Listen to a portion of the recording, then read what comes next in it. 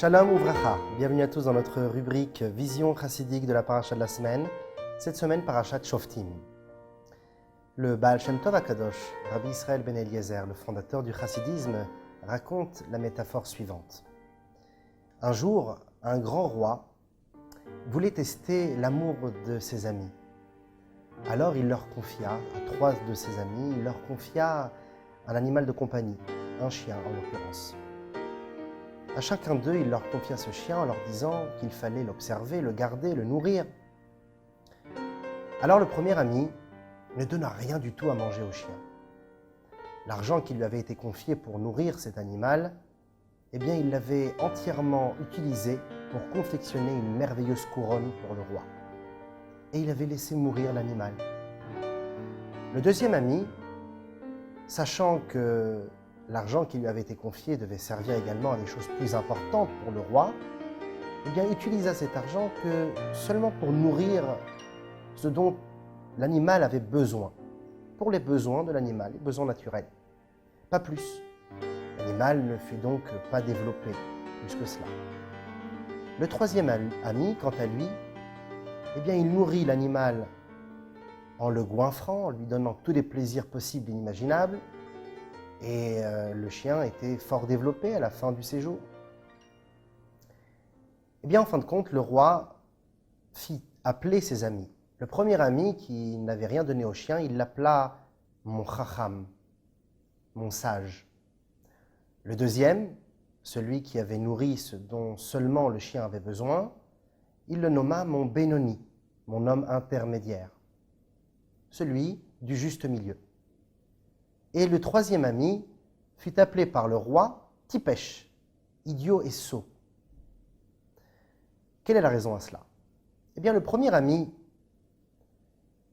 savait très bien que le but du roi était de tester ces hommes, de leur donner un chien en leur donnant une grosse somme d'argent alors que celle-ci peut servir à des affaires plus importantes, était un test. Alors cet homme-là ne donna rien au chien, qui savait très bien que cet animal de compagnie pouvait être remplacé par le roi, qui était fort riche. Alors il n'offrit rien au chien, et bien au contraire, confectionna une merveilleuse couronne. Comme nous dit le Maxime des Pères, Eizeu Chacham, qui est l'homme sage, Aroé et Tanolad, celui qui voit le futur, celui qui anticipe, il voit ce qui va naître. Ce dont le roi a véritablement besoin est une couronne et non pas d'un chien en bonne santé. Le deuxième est un homme intermédiaire, quelqu'un de droit, d'honnête. Alors que le troisième est idiot, parce qu'il a pris le test au premier degré. Et il pensait que le roi avait véritablement besoin de ce chien et qu'il fallait dépenser des sommes énormes pour le maintenir en vie. Le Baal Shem Tov de conclure, de nous dire que celui qu'il faut suivre, celui qui a la vérité, c'est le deuxième ami, l'homme intermédiaire. Car nous explique le Baal Shem Tov, le roi, c'est Hachem, le créateur. Les amis, c'est l'âme, celle qui est l'ami de Dieu, pure, sainte, proche d'Akadosh Baruch Hu. Également, celle qui va pousser l'homme à faire des choix.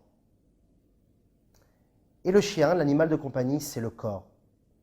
Ce morceau de chair qui vient de la poussière et qui repart à la poussière, qui est insignifiant en quelque sorte. Alors le premier ami, le premier homme, pensera que, comme le corps est insignifiant et qu'il n'y a rien à tirer de lui, alors il le laissera mourir. Cela fera référence au tzaddik ou à l'homme juste qui mortifiera son corps, qui le laissera tomber et qui mettra en avant la couronne du roi, qui est l'âme divine. Le troisième ami, qui est appelé le Tipesh, le sot, l'idiot, c'est celui qui se vautrera dans les plaisirs de ce monde et qui donnera le maximum à son corps. Car pour lui, le test est au premier degré. Si Dieu nous a créés avec un corps, dans un monde matériel et physique, c'est pour en profiter au maximum. Alors il délaissera l'invisible, il délaissera la vraie kavana, la vraie intention du roi, qui sont les vraies valeurs de la moralité, les vraies valeurs de la bonté, de l'amour, de l'union, de la paix.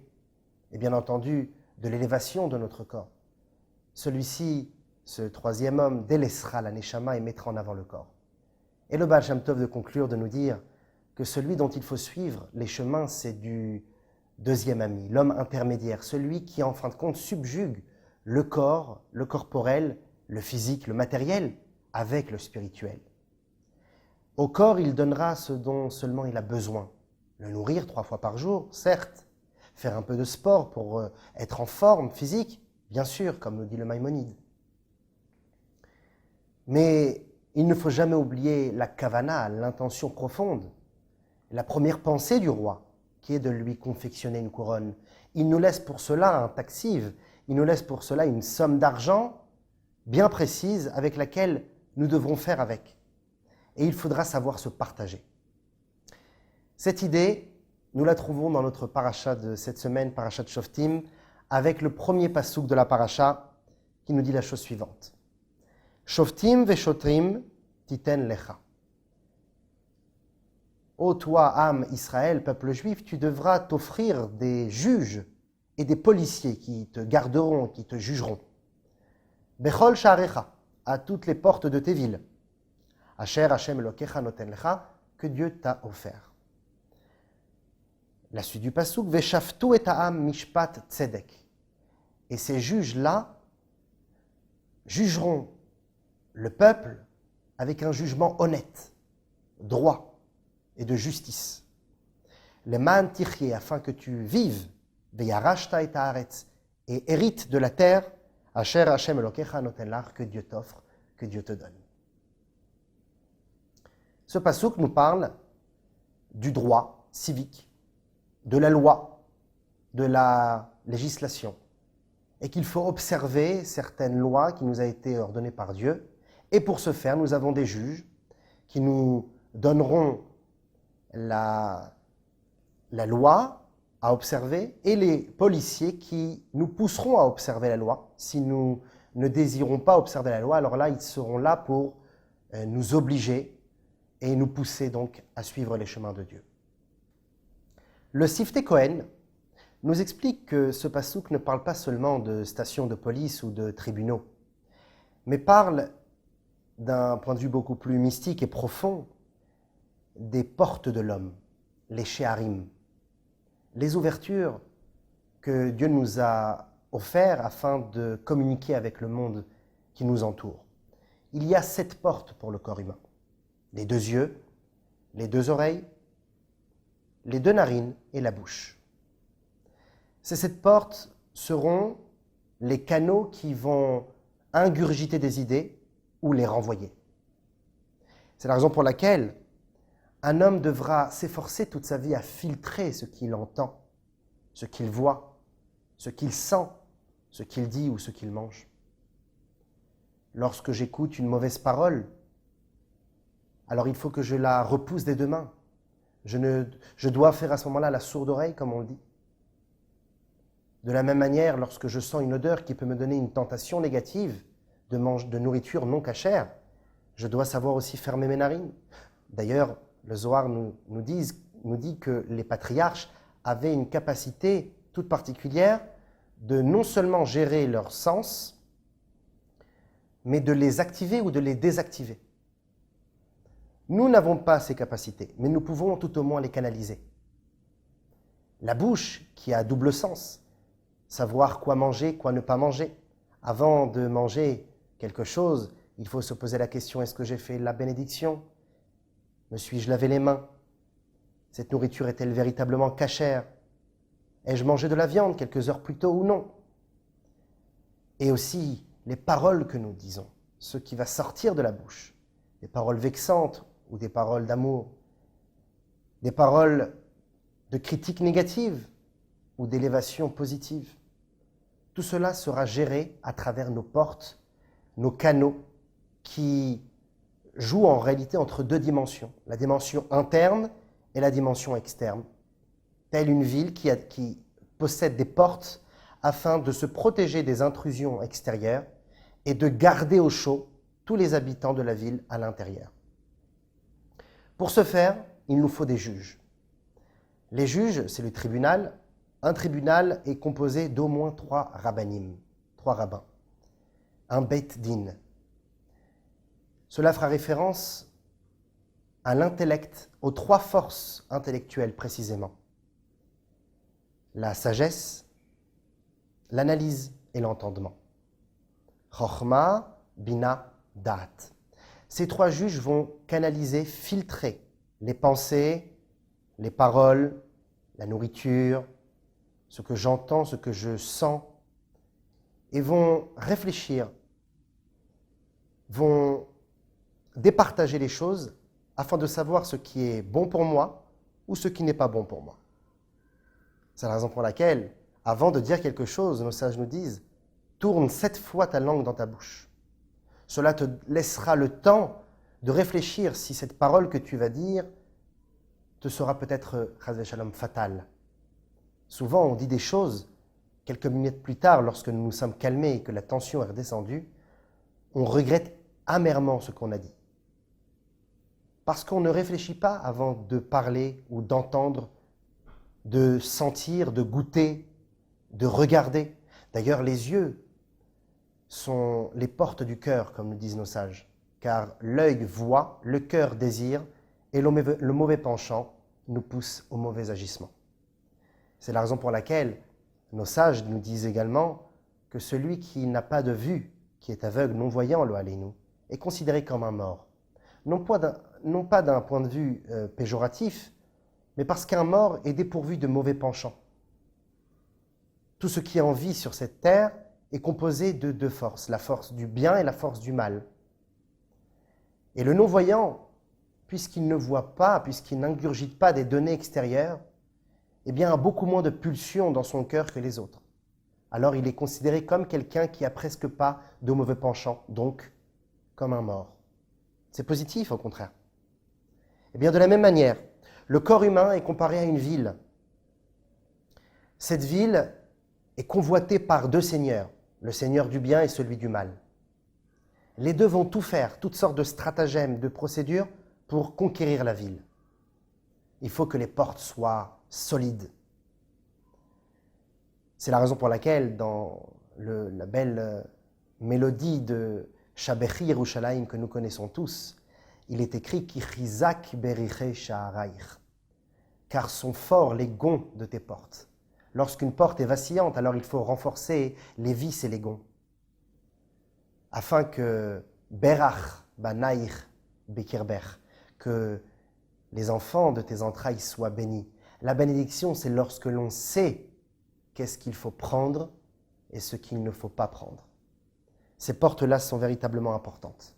Et c'est la raison pour laquelle l'analyse, l'entendement, la sagesse, la compréhension, décortiquer toutes ces idées à travers l'intellect est extrêmement nécessaire.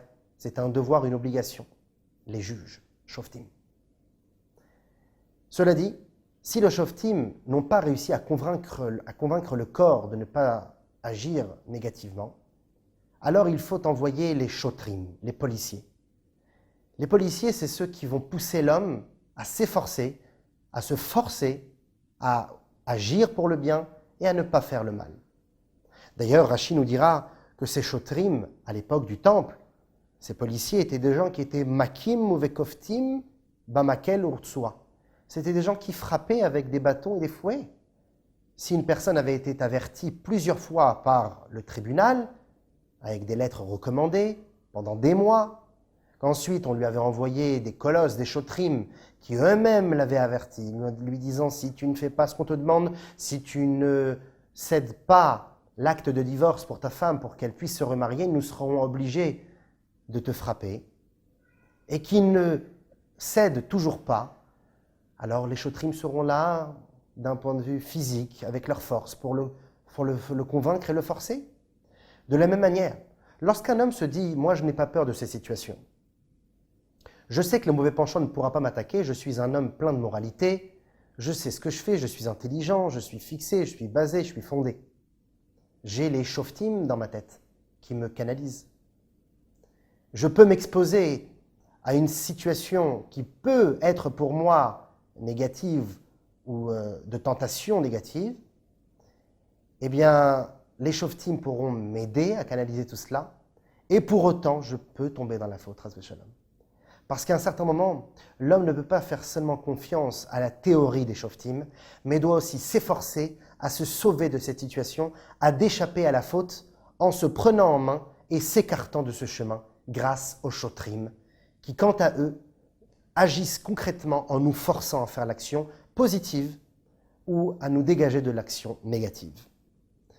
C'est la raison pour laquelle le Tanya, chapitre 29, nous dit « Il est nécessaire de temps à autre de dire au Yetzer Hara, au mauvais penchant, qui nous pousse tellement à faire du mal, sur lequel nous avons tellement des fois des moments où nous nous détestons parce que nous avons agi si mal, sans réfléchir.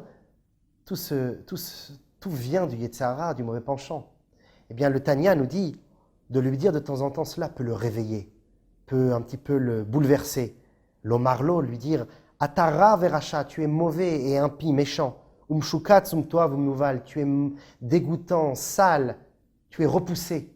Je ne veux pas de toi. » Mais la force, comme nous dit le Baal Shem Tov, c'est de pouvoir dire à ce chien, en quelque sorte, à cet animal de compagnie qui nous a été confié quand bien même par le roi. Nous ne pouvons pas le condamner à mort. Premièrement, cela serait du meurtre, tuer les animaux pour rien, la Torah nous l'interdit explicitement. Tu n'as pas le droit de tuer des animaux, des êtres vivants, si c'est pour rien. De la même manière, Akadosh Baruch Hu nous offre un animal, nous offre ce corps qui a plein de pulsions animales, qui a des tentations et des désirs de bassesse de ce monde. Quand bien même il te l'a offert, tu n'as pas le droit de le tuer. Tu n'as pas le droit de le mortifier. Tu dois le garder en bonne forme, tu dois l'observer, tu dois le nourrir, tu dois l'élever. Mais tout cela en prenant toujours conscience que le but n'est pas le corps, le but c'est l'âme, l'esprit, l'étude, la connaissance, le savoir. Afin qu'un jour, lorsque tu retourneras vers le roi et qu'il te demandera des comptes, tu pourras lui dire que ton chien est en bonne santé et je t'ai confectionné une merveilleuse couronne. Tu auras fait les deux. Et bien au contraire, le roi sera émerveillé parce que le fin fond de la kavana, de l'intention profonde de la création du monde et de cet exil et de cette matière, c'est de justement l'élever. C'est de justement trouver l'étincelle divine qui s'y cache. C'est ça leur but ultime. Trouver qu'à la fin, le chien, l'animal de compagnie qui nous a été confié, servira aussi à quelque chose, pour le bien, pour nous aider à la confection de la couronne justement dite. C'est la raison pour laquelle nous pourrons maintenant comprendre ce passouk de manière encore plus profonde. On ne parle pas seulement de policiers et de juges, de tribunaux, de stations de police, mais on parle ici de bien plus profond. Découvrons cela ensemble. Shoftim veshotrim, un intellect, une analyse, une perception intellectuelle, tu devras avoir avant de juger les situations qui se trouvent devant toi, de sentir, de goûter, de parler, d'avaler, d'entendre ou de voir. Chaque chose, tu dois d'abord réfléchir à la scène. Tu dois t'imaginer, anticiper ce qui pourrait en ressortir, comme le sage qui voit ce qui va naître. Si cela est trop difficile, alors force-toi à te dégager de la situation. Ne crois pas que tu es un héros si tu arrives à t'exposer au mal et dire que ça fait pas mal, même pas mal. Non. Il y a certains moments où il faut savoir se forcer, à se briser et à faire ce qui est peut-être à l'encontre de ce que je désire, mais qui est bon pour moi. Shotrim, des policiers. Titen lecha, tu t'offriras. Et on comprendra grâce à cela le sens de ces paroles. Pourquoi n'est-il pas ici écrit tout simplement « mais des policiers et des juges » Pourquoi tu t'offriras des policiers et des juges? Parce que Dieu te les donne, il te donne l'intellect, il te donne la force de faire des choix grâce aux policiers. Mais c'est à toi de te les donner. C'est ensuite à toi de les prendre en main et de te les offrir pour toi-même. Parce que si l'homme ne se prend pas en main tout seul, personne ne le fera à sa place. Alors titen lecha, offre-les toi ces forces. Bechol she'arecha, à toutes les ouvertures de ton corps, de ton esprit, de tout ce qui peut communiquer avec l'extérieur et qui peut laisser place à des intrusions négatives. Asher Hashem Elokecha noten lecha, car Dieu te les a offertes. Dieu t'a offert un corps, tu dois l'observer, le garder. Tu dois y faire attention, et d'un point de vue physique, et d'un point de vue moral, mais surtout d'un point de vue spirituel. Veshavtu et ta'am. Et grâce à cela, vous jugerez le peuple. Juger le peuple, c'est s'auto-juger, introspection personnelle. Le peuple fera référence aux 248 membres, les membres de la société, les sujets du roi, les 248 mitzvot positives. Mishpat tzedek, avec une justice honnête, pas avec de pots de vin. Oui, j'ai trouvé la solution. J'ai trouvé la circonstance atténuante pour ne pas faire cette halakha, pour trouver une petite facilité et un compromis dans cette loi, pour ne pas faire cette action, pour oui dire des paroles négatives, pour oui faire du lashon hara.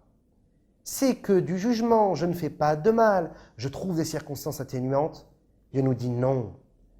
Ces shoftim et ces shotrim se feront dans le bechol sha'arecha, dans toutes tes portes de manière intègre, de manière générale et intégrale. Mishpat tzedek, une justice de vérité, honnête, sincère, sans compromis, sans concession, sans pot de vin. Et cela donnera la plus belle des brachas, les man tichye. Dieu ne nous donne pas une bracha de richesse, ne nous donne pas une bracha de pouvoir, mais de vie. Car il n'y a pas plus beau que la vie. Un homme peut être riche et avoir du pouvoir, et pourtant il n'aime pas sa vie. Le vrai cadeau d'un homme, c'est de pouvoir aimer ce qu'il a, de pouvoir vivre et d'aimer la vie qu'il a. Alors, lorsque l'on s'autogère de cette manière, comme on l'a dit, avec les policiers et les juges, on arrivera à une vie de plénitude. Les man tichye, afin que tu puisses vivre une vraie vie, une vie équilibrée, une vie harmonieuse. Et enfin, et ça c'est merveilleux, veyarashta et haaretz, afin que tu puisses faire acquisition de la terre, mais quelle terre parle-t-on? On parle du corps. Afin que tu puisses être le maître de toi. C'est pas le mauvais penchant qui fait acquisition de ton esprit, mais c'est ton esprit qui achète, qui possède le corps, qui le dirige, qui le gouverne, qui lui dit quand faire des choses et quand ne pas les faire. D'un point de vue non seulement d'acquisition ou de conquête, mais plus que cela, d'un point de vue d'héritage. Car l'héritage est beaucoup plus fort que la conquête. Comme Dieu nous le dit si bien dans le Chumash Bereshit par rapport à l'acquisition de la terre d'Israël. C'est vrai, effectivement, en 48, nous en avons fait acquisition par une conquête, mais de base, c'est un héritage. De base, Dieu nous l'a donné en héritage depuis la nuit des temps. L'héritage ne peut être remis en question, alors que la conquête, oui. Là, Dieu nous dit que lorsque l'on se canalise de cette manière, on arrive non pas à une conquête de son corps, non pas à une bataille contre nous-mêmes, mais à un héritage. On arrive à faire la paix avec notre corps, on arrive à vivre en harmonie, car on s'est canalisé. On ne fait plus rentrer n'importe quoi dans la tête. Tout ce qui passe, la mode, les people, les journaux, les films, bien sûr, tant que c'est de la consommation, on y va. Il y a des conséquences à chaque chose que l'on voit, à chaque chose que l'on dit, à chaque chose que l'on goûte, à chaque chose que l'on entend, à chaque chose que l'on sent. Tous ces sens ne sont autres que les portes qui mènent ces choses négatives à des dimensions extrêmement profondes de l'homme. C'est pour cela que quand on arrive à les canaliser, alors on fait héritage, on acquiert un héritage du corps. Le corps devient notre ami, notre collègue. Asher Hashem Elokecha noten lach, que Dieu te donne, parce qu'en fin de compte, tout est Dieu. Akadosh Baruch Hu nous donne ce corps, il nous donne les capacités pour y arriver. Il nous faut juste que de la volonté, de l'étude, bien entendu, un rave pour s'aider, un mashpia, une personne qui aura de l'influence sur moi, un ami, un camarade, un frère qui peut aider, qui peut conseiller. D'ailleurs, à propos de ces conseillers, il est merveilleux de remarquer que lorsque viendra les temps messianiques, lorsque viendra Mashiach, eh bien dans la Hamida, dans la prière des 18 bénédictions que nous disons 3 fois par jour, il est écrit « Ashiva shofteinu kevarishona » Dieu, pitié de nous, ramène-nous nos juges comme aux temps anciens. Les shoftim « Veyoatsenu kevatechila » et nos conseilleurs comme au tout début. Pourquoi ne pas parler des policiers? On parle des juges, parlons aussi des policiers? Non. Lorsque viendra Mashiach, on n'aura plus besoin de policiers. On n'aura plus besoin de frapper le corps ou de lui dire « tu es un rachat, tu es un rat ». Allez, force-toi de faire le bien. Ça suffit, réveille-toi, on n'aura plus besoin de cela. On sera dans une étape de conseil, de coaching. Le Yoetz, c'est le coaching. Et effectivement, dans cette période messianique où les structures de coaching sont de plus en plus évoluées et s'offrent au grand public, même aujourd'hui, le monde de la psychologie s'ouvre à tous. On n'a plus peur de dire aujourd'hui je vais chez un psychologue parce que ce n'est pas une pathologie, mais une aide que l'on a tous besoin. Eh bien, de nos jours, on a tous besoin d'une aide. Ces Yoatzim seront le complément des juges. Les Yoatzim, ce sont nos rabbanim, nos tzadikim. Dans chaque génération, il y a un Moshe qui nous donne les conseils nécessaires afin d'arriver, Bezrat Hashem, à un temps où ce chien, qui était un kélev, un chien, devienne un kélev. Il devienne un cœur, mais un cœur qui désire que le bien de Dieu, que le bien de l'homme pour l'éternité. Bezrat Hashem. Shabbat Shalom.